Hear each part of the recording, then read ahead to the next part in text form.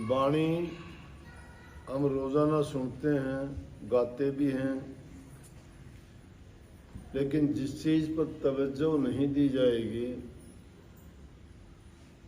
तवज्जो देने का मतलब अगर हम गौर नहीं करेंगे उस पर, तो उसका जो संदेश है उसको नहीं समझ पाते कि वो हमारे लिए क्या संदेश है। बहुत ऊंची बात है ये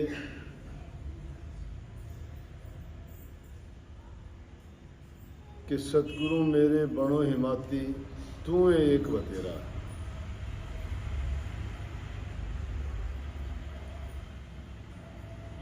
सतगुरु अकेला एक बतेरा क्यों है?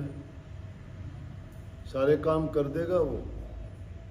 इस बात को समझाने के लिए मैंने कही कि जिस प्रकार से हम बाज़ार में जाते हैं और वहाँ किसी बड़े मॉल में चले जाएं तो हमें जगह जगह घूमने की ज़रूरत नहीं पड़ेगी, हमारी ज़रूरत का सारा सामान वहाँ से मिल जाएगा। कपड़ा वहाँ मिलेगा, जूता वहाँ मिलेगा, खाने की चीज़ वहाँ मिलेंगी, प्रयोग में आने वाली साबुन, तेल, तौलिया, जो भी चीज़ें हमें रोज़मर्रा के जीवन में चाहती हैं, एक ही बिल्डिंग में थोड़ा इधर उधर होने के बाद सब कुछ मिल जाता है।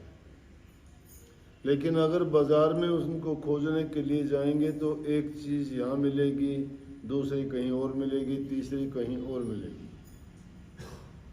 जगह जगह घूमने के बाद भी हो सकता है कि उनको हम ना भी खोज पाएँ और काफ़ी चीज़ ना भी हमें मिले। लेकिन सतगुरु के बारे में ये कही कि हमारे जीवन में जो सबसे ज़्यादा काम आने वाली चीज़ है वो हमें सतगुरु के पास मिल जाएंगी। दुकान दुकान पे जाने की ज़रूरत नहीं।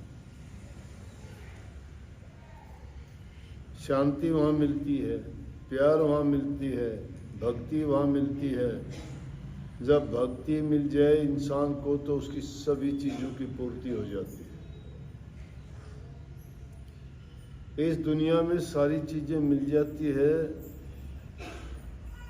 लेकिन शांति किसी को नहीं मिलती। मन का चैन किसी को नहीं है। पदार्थ सारे मिल जाएं, लेकिन उसके बावजूद भी कोई ना कोई चीज़ की ज़रूरत रह जाती है। परंतु जिसके हिमाती सतगुरु हो जाते हैं, तुम्हारे दुख, चिंता, तकलीफ, पाप कर्मों को सबको हर लेते हैं। उनका तरीका बताते हैं कि किस प्रकार से आप उनको दूर कर सकते हो, परेशानी आपकी कैसे मिटेंगी, मन में शांति कैसे आएगी। और जब इंसान को संतोष आ जाता है तो सारी चीज़ें फिर उनको मिथ्या नजर आने लगती है। क्योंकि संसार की जितनी भी चीज़ें हैं उनकी तासीर शांति देने वाली नहीं है। चाहे किसी के पास धन कितना भी हो जाओ, चाहे किसी के पास कितना बल हो जाए, चाहे कितना लंबा चौड़ा परिवार हो जाए, लेकिन जब मन में शांति नहीं है तो वो चीज़ें क्या मायने रखती है। लोगों के पास धन होता है, धन का वारिस नहीं होता। सुंदर रूप होता है, लेकिन शरीर में पीड़ा ऐसी होती है दूसरे को पता ही नहीं लगता। बेटे पोते सब होते हैं, लेकिन आपस में लड़ाई झगड़े उनके मुक्ते नहीं है, इंसान परेशान रहता है। लेकिन जिसके मन में शांति आ गई, दुख सुख उसके लिए समान हो गया, गरीबी अमीरी उसके लिए बराबर हो गई। क्योंकि इंसान की सोच अगर अच्छी है तो वो सब चीज़ों को अपनी समझ के अनुसार उनको अपने बुद्धि से सुलझा लेता है और उसको तकलीफ को तकलीफ नहीं मानता। और अगर ज़्यादा उसको खुशी मिल जाती है तो उसमें भी वो गाफिल नहीं होता, क्योंकि उसने एक आसरा सतगुरु का लिया है। सतगुरु उसको उपदेश करता है कि आदमी को समय के अनुसार चलना चाहिए, मालिक की भक्ति करके हम अपने मन पर काबू रखना चाहिए, क्योंकि ये मन ही है जो हमें शांति नहीं आने देता। कभी ये कुछ चाहता है, कभी कुछ चाहता है, और उस चीज़ को प्राप्त करने के लिए भागा दौड़ पूरी जिंदगी हमारी चली जाती है, लेकिन शांति नहीं मिलती। शांति किस चीज़ में है? नाम में। और जिसके पल्ले नाम है उसकी सारी सिद्ध है उसके। लेकिन आप कहोगे हमने तो सबने नाम ले रखा है, फिर भी शांति नहीं है। फिर भी आप रोज़ाना आते हो, कोई शिकायत करता है, मुझे ये है, मुझे वो है, ये है। दुनिया में आए हो, दुनिया दुखों का घर है। जो भी यहाँ आया है, अब सूर्य का प्रकाश है तो रात भी आएगी, रात आती है तो उसके बाद सूर्य भी आता है, दिन निकलता है। बुरा वक्त भी इंसान पे आता है, चला जाता है, लेकिन अच्छा वक्त भी आता है, वो कब ठहरता है? सब दिन होतना एक समान, सब दिन एक समान नहीं होते। कामना सुख की करते हो तो सोचो कि दुख भी तैयार होगा, उसका परिणाम है हर कार्य का। काम जैसा करते हो उसका परिणाम वैसा ही मिलेगा। सुख चाहते हो तो दुख के लिए भी तैयार रहो, बल्कि सुख तो प्रयास करने से भी मुश्किल मिलेगा, दुख तो बिना प्रयास के मिल जाएगा। परंतु उस दुख में इंसान अगर सोच अच्छी बना ले तो दुख को दुख नहीं मानेगा। महापुरुषों का तो कथन है कि सुख के माथे सिर पड़ो जो नाम ही से जा। अगर नाम को जो चीज भुला देती है तो ऐसा सुख हमें नहीं चाहिए। उसके ऊपर तो सिर पर पत्थर लगो। बलिहारी व दुख की जो पल पल नाम रटाए, उसे दुख के बलिहार जाना चाहिए कि जो हमें पल पल में नाम की याद दिलाता रहता है। उस सुख का क्या करोगे? अगर प्रभु के नाम से दूर हो गए तो हमारे पल्ले है क्या? ये दुनियादारी के सामान, ये चीजें, ये वस्तुएं, ये धन, ये दौलत, ये रिश्ते, ये नाते सब टूट जाते हैं, कोई साथ नहीं देता। ये भवन, ये बिल्डिंग, ये कोई किसी के साथ नहीं जाती। पूरी जिंदगी कितना कमाते हो, क्या करते हो? कोई पाप कर्म करके कमाते हो, कोई झूठ बोल के कमाते हो, कोई भ्रष्टाचार से कमाते हो, क्या नतीजा मिलता है उसका?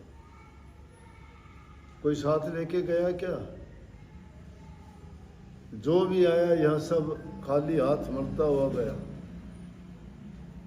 सिकंदर बादशाह ने दुनिया में इतने युद्ध करे, इतने राजाओं को हराया, इतने लोग उसके युद्धों के कारण मारे गए। कहते हैं बहुत लंबे चौड़े खजाने भर लिए। अंत टाइम आया तो कहने लगा कि उसकी माँ कहीं दूर थी। मैं बोला मेरी माँ से मिलना चाहता हूँ, मैं आधा खजाना दे दूंगा। जितनी धन दौलत मैंने लूट के इकट्ठी की थी आधी दे दूंगा, कोई मेरी माँ से मिलवा दे, या मुझे थोड़ा समय और मिल जाए जिंदा रहने के लिए। सब ने इनकार कर दिया, नहीं जी सकता, एक पल भी फालतू नहीं जी सकता। बोला सारा दे दूंगा, बोला कुछ भी दे दो। जब उसके दिमाग में आई कि पूरी जिंदगी मैंने खोटे कर्म करके, पाप कर्म करके इंसानों को कितनी पीड़ा दी, कितना दर्द दिया, और मैंने जो पाप कमाया दुनिया से क्या लेके जा रहा हूँ। बोला एक काम तो कर दोगे आप लोग? कहने लगे बोलो। बोले मेरी इच्छा ये है कि जब मेरा जनाजा लेके जाओ तो मेरे दोनों हाथ जनाजे से बाहर निकाल देना, ताकि देखने वाले लोग कह दें कि जिस सिकंदर ने इतना धन लूटा था आज वो खाली आ जा रहा है। ये समझ जिसको आ जाती है वो इंसान खोटे कर्म करने से बच जाता है। अगर किसी की जमीन के टुकड़े के लिए झगड़ा करते हो, किसी के मकान की दीवार निकालने में झगड़ा करते हो, किसी की गली रोकने के लिए झगड़ा करते हो, किसी का 2 मिनट खेतों में पानी लगाने में झगड़ा करते हो, क्या मिलता है? वो दीवार, वो मकान, वो जमीन, वो पानी, वो सब चीजें जब यहाँ रहेंगी, किस लिए हमने वो पाप कमाया? 2 दिन जग में जीना है, इतने पे क्यों इतराते हो? मेरी काया मेरी माया शोर मचाते जाते हो। साथ नहीं हरि नाम लिया, गफलत में दिन रात कटे। अफसोस कि तुमने राम का नाम नहीं लिया, खाली दोनों हाथ से। जिसके पल्ले राम या नाम भक्ति नहीं है, वो खाली हाथ जाता है। और यहाँ मूर्ख आदमी वही है, वो शोर ज्यादा मचाते हैं जो प्रभु में अपनी आस्था नहीं रखते। जिनको ये पता है वो तो सोचते हैं, वो शोर नहीं करते। अपनी सोच अच्छी बनाओ, विश्वास परमात्मा पर रखो, लेकिन परमात्मा का रास्ता कौन दिखाता है? गुरु। फिर जन जन के पास जाने की हमें क्या आवश्यकता है? इसलिए गुरु के पास जाओ ना, वो दुख दर्द तकलीफ परेशानी सब मिट देगा। वो हमें ज्ञान संदेश उपदेश दे के सब चीज़ों के बारे में बता देगा, क्या करने में हमें फायदा है, क्या करने में नुकसान है।